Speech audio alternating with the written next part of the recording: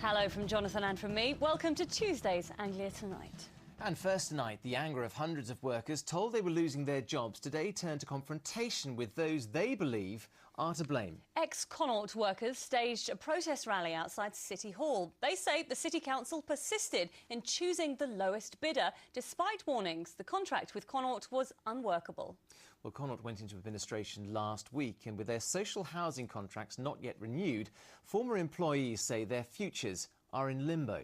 Our reporter Malcolm Robertson joins us from outside City Hall right now. Malcolm, some angry workers on the streets today. Yes, their mood is grim as the weather, just as grim as it was 24 hours ago when they were told they were being made redundant. There's been some fairly depressing scenes today, with a lot of them heading to the job centre to sign on. They then held this protest rally outside the Connaught headquarters in Norwich, and then they moved to City Hall in Norwich, where there was a subsequent rally. And they were hoping to meet officials from Norwich City Council and get an explanation as to why the contract was awarded to Connaught, who went into administration last week, which led to the axing of the 350 jobs. Now, in the event, a handful of staff were allowed into City Hall to meet the council leader, but it would appear that there is no early solution to this one, despite the fact that Morrison, the firm that used to run the contract to maintain council housing in Norwich, has said that it would like the contract again and would be prepared to employ all the staff again. The bins are being emptied in Norwich today, but just a short distance away, former colleagues of the dustmen are signing on the dole. Casualties of the decision to make redundant 350 people working on repairing and maintaining council houses in the city.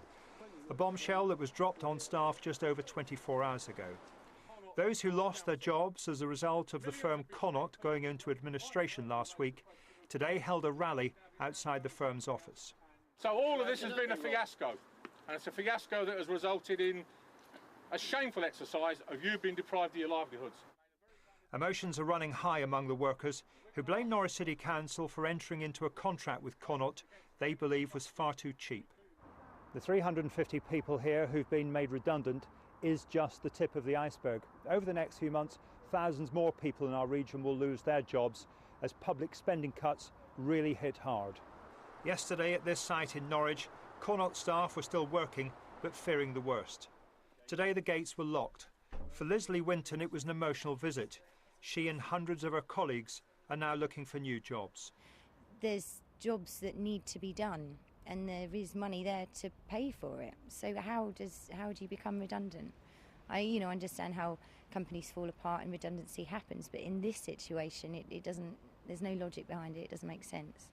This council house kitchen illustrates the sort of mess left behind by the collapse of the company. Work started weeks ago, but Peter Thurston's sink was only delivered yesterday, just before staff were made redundant. He's been without water in his kitchen for more than a month. We have to go upstairs in the bathroom, all the thing. We have to wash the plates and knives and forks and things up. And then bring them down again, put them in the rack in the front room. The housing repairs contract has been taken on by Lovell Partnerships Limited. They're looking at the figures and plan to make an announcement about staffing by the end of the week. But there could be another option. Glasgow-based property management company Morrison says it's ready to take over all Connaught social housing contracts and keep on all staff. They used to have the contract in Norwich, but lost out to Connaught earlier this year. It's at least a glimmer of hope for staff to cling to. If they can't do it with Morrison's, at least explore it with other contractors. To get these people back to work, the work is there. This afternoon, those who lost their jobs took their protest to City Hall in Norwich, hoping to get some answers from the council. A few were allowed in for a meeting with the council leader, but came out disappointed. The council are not in a position to award any immediate contracts which will assist the majority of the workforce now. So any chance of them bailing us out, chucking the money in the pot and saying, hands up, we're going to sort it, it's not going to happen. It's not the answer they were hoping to hear. Their sense of frustration and anger goes on. Malcolm Robertson, Anglia News, Norwich.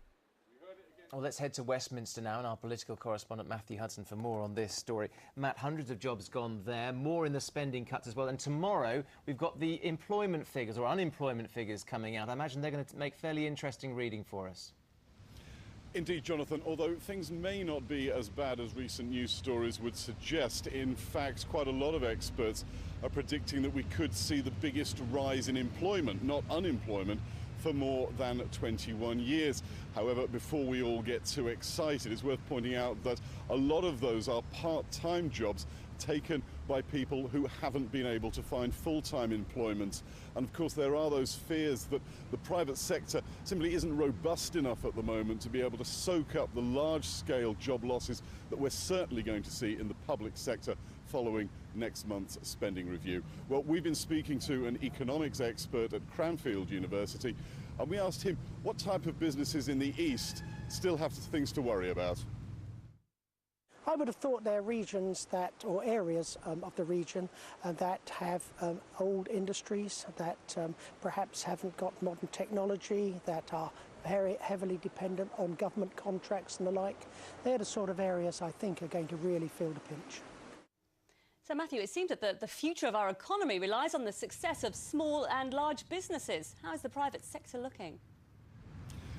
Yes, that's right, and all the evidence shows that business leaders at the moment remain pretty pessimistic about the short and medium future. However, some of them are taking matters into their own hands. On Thursday, a group of business leaders from our region will be presenting a petition at Downing Street. They call themselves Space for Ideas, and basically they've got a list of 9 priorities which they say the coalition should take on board, because they believe they're the kind of things that would help to lead the country out of the doldrums. And they have the backing of some fairly major organisations, including the CBI and the Confederation of Small Businesses.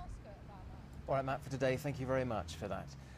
Well, more news now, and the National Express has had its East Anglia rail franchise extended by 28 weeks. That's despite criticism of its services.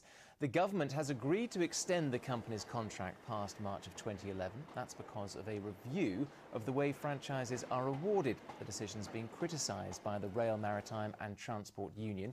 It says the government is rewarding failure, claiming that National Express left the East Coast mainline service in chaos.